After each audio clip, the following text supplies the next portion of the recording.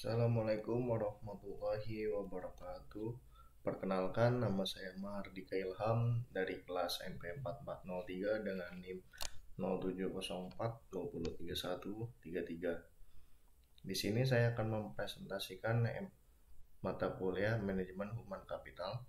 Yang pertama-tama, puji dan syukur saya panjatkan kehadirat Tuhan Yang Maha Esa karena masih memberikan kesehatan untuk saya mempresentasikan hasil tugas akhir di mata kuliah ini. Dan terima kasih juga kepada Bu Asri Wulandari yang telah memberi tugas ini sebagai penginputan nilai laporan akhir. Lanjut saja. Di sini saya mempresentasikan tentang masalah SDM di Link Aja. Link Aja merupakan penyedia jasa pembayaran berbasis server yang merupakan produk andalan dari PT Fintech Karya Nusantara atau Finaria dan telah terdaftar di Bank Indonesia sejak Februari 2019, tanggalnya di 21. Finaria secara resmi telah mendapatkan lisensi atau izin dari Bank Indonesia sebagai perusahaan penerbit uang elektronik dan penyelenggara layanan keuangan digital badan hukum. Finaria juga menerapkan sistem manajemen keamanan informasi. Finaria merupakan anak perusahaan dari 10 badan usaha milik negara atau bisa disingkat dengan BUMN. Sebagai anak usaha BUMN, Finaria juga terbuka untuk bersinergi dengan pihak swasta untuk memiliki visi dan misi serupa. Di bulan Oktober 2020, Grab PTLE Ltd resmi menjadi pemegang saham baru di Finaria pada Maret 2021 dan PT Dompet Karya Anak Bangsa resmi terdaftar sebagai pemenang saham baru Finaria. Kasus SDM Link Aja mem-PHK ratusan karyawan. Yang memerankan kasus adalah Head of Corporate Secretary Group Link Aja, yaitu Bapak Reka Sadewo dan para karyawannya. Di sini latar belakang permasalahannya yaitu PT Fintech Karya Nusantara atau Finaria atau bisa dibilang Link Aja melakukan pemutusan hubungan atau PHK kepada ratusan pegawai. Head of Corporate Secretary Group Link Aja, Bapak Reka Sadewo, menjelaskan PHK dilakukan seiring penyesuaian organisasi sumber daya manusia oleh perusahaan. Hal tersebut dilakukan atas dasar relevansi fungsi SDM tersebut pada kebutuhan dan fokus bisnis perusahaan saat ini.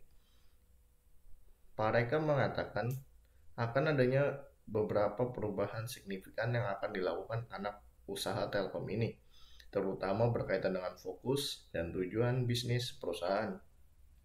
Hasil tersebut akan berpengaruh pada beberapa aspek operasional perusahaan, salah satunya adalah reorganisasi sumber daya manusianya. Selanjutnya, melansir dari CNBC Indonesia, Reka menegaskan bahwa langkah penyesuaian organisasi sumber daya manusia yang diambil oleh Link Aja mempertimbangkan dengan matang kepentingan seluruh pemangku kepentingan, termasuk karyawan.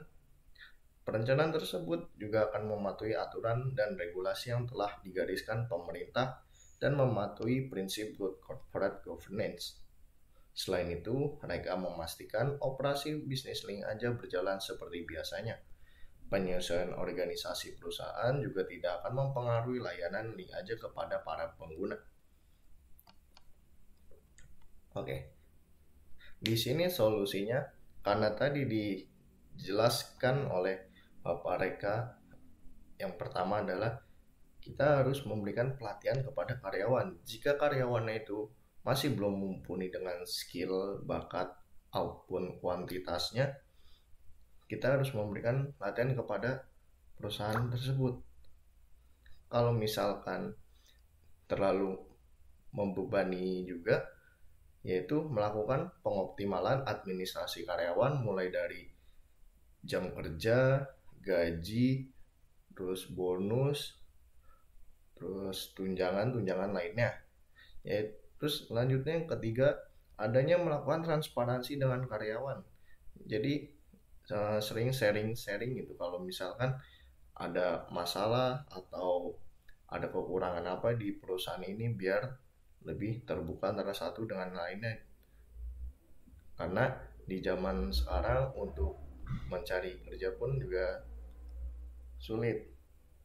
Jadi ya sebisa mungkin bicara dua arah dulu seperti itu. Untuk kesimpulannya dari saya sendiri, PT Link aja telah melakukan tindakan PHK oleh ratusan karyawannya yang disebabkan oleh pemberbaharuan sumber daya manusia yang mengakibatkan ratusan pegawainya di PHK karena mereka ingin menghemat, pasti yang pertama keuangannya biar lebih ini. Soal dilansir dari berita lain juga, walaupun sudah di PHK ratusan orang, mereka masih punya tunggakan 50% dari total kerugiannya. Lalu habis itu saran dari saya tadi melakukan namanya